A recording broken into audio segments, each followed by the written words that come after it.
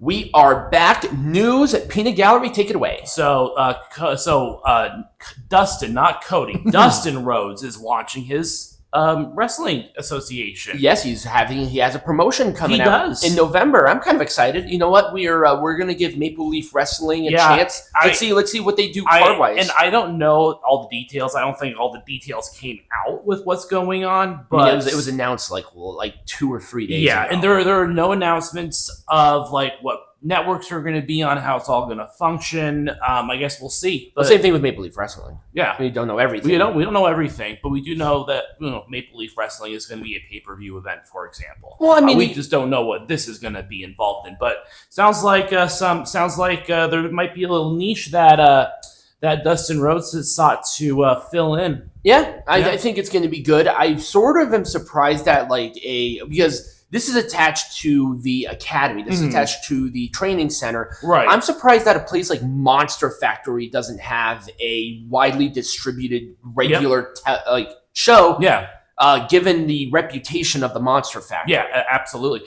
So Ric Flair and Wendy had a divorce, which was interesting. So they've been together since I think 1993. Well, they met in 1993. Yeah, she was Fifi she was Fifi the maid during Ric Flair's WCW promos. Yeah, and they've been together for 13 years, I believe, and they were married. They've only been married for like 6 of those 13 years. To what I'm aware of is that they separated and they got back together. They reconciled and then they separated out again. Yeah, and I wish both of them the best. Obviously. Yes, obviously. So Mackenzie Mitchell is going to be doing something for Maple Leaf Wrestling. I think she's going to be backstage. Yeah, I think she is. Yeah, she's going to be backstage announcer, like she was in NXT. But good for her to be in a prominent role in Maple Leaf Wrestling. Is she from Canada? I think she is, actually, because they're doing a lot of Canadians over there. I mean, it's Maple Leaf Wrestling. Yeah.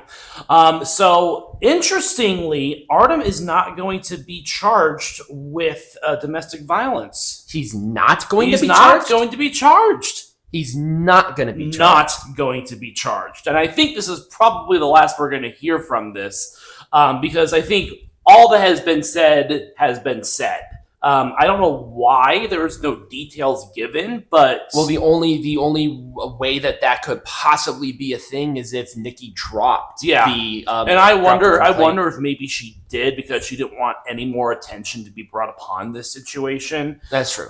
She just wants to divorce and be done with it. Yeah, I think that's kind of the way it's going to go. Because she had physical injuries, and how they described it was one of pretty severe domestic violence issue. I'm surprised I'm surprised California isn't going after him. Yeah, I know. Yeah, they're usually the uber libtards usually like to throw the book at who knows people. Why? It sounds like it's just not something that's worth pursuing. It's so weird. It is weird. That is so weird. It is weird. So TNA has had some hurricane issues. They've had to cancel 2 shows. The shows that were supposed to happen in Greenville, South Carolina over the weekend because of the Hurricane Helene. Which is a good idea. Unfortunately, it came at a pretty awful time for TNA because they are obviously trying to build for the biggest show that they have throughout the year, which is Bound for Glory. To my knowledge, they're actually going to be doing these TV tapings in Nashville. Yes, and that is once again another rumor. It's going to be I thought they actually brought out a report today about it. I think they did, but I'm just not 100%. But yes, they are planning on doing them in Skyway Studios. We don't know what days they are going to be produced. However, this TV delay is going to cause issues with this Thursday's Impact episode. Right. So the idea is that they're tentatively planning a Best of Bound for Glory special. So in lieu of a regular show, sick night off. It's just going to be one of those filler shows. Obviously, it was not intended to happen this way. Right. But what can you do? Right. No, that's fine. So this was teased with New Japan Pro Wrestling. And I wanted to talk a little bit about this because I thought it was interesting that, number one, Kenny Omega obviously is being prominently featured. Obviously, he had major surgery this year with his diverticulitis. He hasn't been seen in New Japan Pro Wrestling in quite a long time. Well, I mean, not quite a long time. I mean, it's been a number of years since we've seen him in like New Japan Pro Wrestling. 2 years? I can't remember.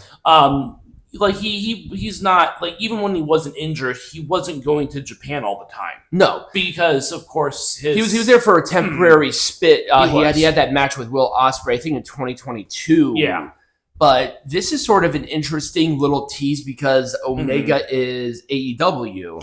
Kenny Omega is AEW. He's not an EVP of AEW, but he is an AEW star who has had a long history with New Japan Pro Wrestling, and he also had a lot of history with Hiroshi Tanahashi. Right, because I believe they tagged for a long time, didn't they? Or that was Kota Ibushi. Oh, that was Kota. Well, I thought Tanahashi. Tanahashi and Ibushi. Yes. Okay. Yeah. So so that was teased. And yeah. Gonna be it might be interesting. Yeah. They God bless America. They need it really, really bad right now. Right. So Stephanie Vaquer obviously made her debut via satellite, and I think they're still working out the visa for her. Yeah.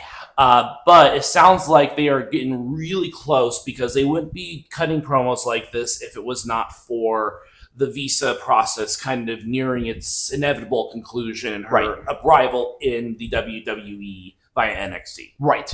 I mean, obviously Julia is the toast of the town right now. Yeah. Let her have some time. Also, NXT related news. Nikita Lyons was also she was training. It was also training, but she did a dark match, so she is getting. Oh, she did do dark match. Yeah, cool. She did. So she is actually getting back into the ring. Great. She's just a victim of circumstance. I know, man. So AEW news. Bleacher Report is shutting down their pay-per-view division. So AEW pay-per-views are no longer going to be on Bleacher Report, because they are shutting down, actually merging into the Max Network, which gives more credence to the idea that AEW will probably be streaming their shows on Max in 2025. Like their pay-per-views. Kind of like what WWE does with Peacock. And then with Netflix as well, if you're in other countries. Right. Starting in 2025. But I think wrestling, I don't see wrestling lasting on cable television for much longer. Not at this point. I think they're going to get more lucrative deals on streaming sites, because that's where everyone's going. And I mean, right now, wrestling is, I would say, white hot. Yeah. Especially given around this time. We talked a little bit about the contract issues with Rey Fenix. With Rey Fenix. And with Penta. So Penta and Rey Fenix don't want to go apart. They want to go together as a team. So Penta he does not have any sort of extension. He was never hurt severely, but Phoenix had a couple of really, really nasty injuries. I think he's probably going to be delayed for another year. Yeah, that's what it's looking like. It's going to be another year of who knows what's going on. Because what are they going to do with? Because Tony. I think Tony has a vendetta out for these two, because they want to go to the WWE. Yeah, anybody who's going to the WWE at this point, and it's like every former AEW person that went to WWE now, they're like, Tony Khan was such a nice guy. I think now we're finally going to start seeing who Tony Khan really is, because this is not out of, whatever. This is out of spite. Right. This is all of what Tony Khan called WWE the Harvey Weinstein of pro wrestling, which is an odd thing to say. The guy's coked out of his mind. I know, seriously. So Elton Prince and what's her name? idea. They had a kid. I was not expecting that. I don't know why. I mean, I guess they really keep their private life really quiet. Yeah. Kelly Kincaid. She's the announcer for NXT. Oh. Yeah, they're a couple. They had I'm aware of that. Yeah. And then a day later, Montez Ford had his first kid. Yeah. So everyone's popping out kids right now. I know. Baby fever's on the rise, I guess. Jesus Christ. I wonder what happened 9 months ago. We already talked about this. Well, we did, but I do want to say a couple of people who did put out statements on the Vince McMahon documentary, most notably the attorneys representing Janelle Grant, put out statements with regards to Vince McMahon, the documentary. So this documentary is not meant to be. It's not meant to tell the whole story. it is a very, very much just Vince McMahon talking about stuff that had happened in his past, like, you know, things like Chris Benoit, things like Owen Hart, the steroid trial, his dad. I know that was a big part of it. Yeah, and another thing that I found interesting as well is that Vince McMahon he fired his old PR team and he hired a new PR team because I think Vince McMahon is going to be doing quite a bit of damage control. And I will say, I do agree with Tony Schiavone in one state that why are you trying to rebuild your reputation? You've made your money, go on a yacht to an island and just sort of enjoy your retirement, essentially. And I agree with him to that point. The thing is, and I always say, and I'm going to continuously reiterate it, wrestling would not be where it is without Vince McMahon. The contributions that this guy has had to the swelling popularity of this entire industry can almost solely be put on McMahon.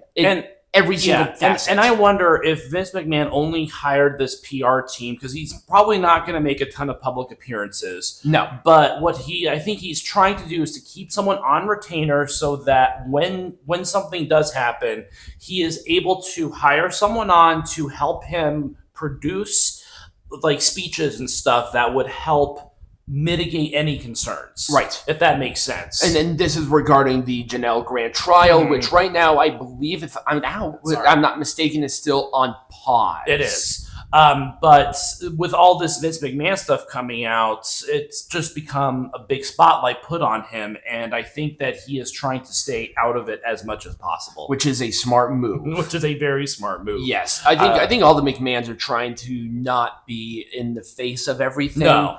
I would say that Shane is probably a little more there, but at the same time, Shane is pretty much not involved in the WWE at this. He is not involved in the WWE. No. It doesn't mean that he's not involved in wrestling, but we'll cross that bridge. That was a plane flight. That was interesting, right? Okay, but anyways, that's all I have. Yep. When we come back, we are going to be talking about Rob Feinstein. Yes, the Rob Feinstein speeches. This is gonna be fun. Yeah.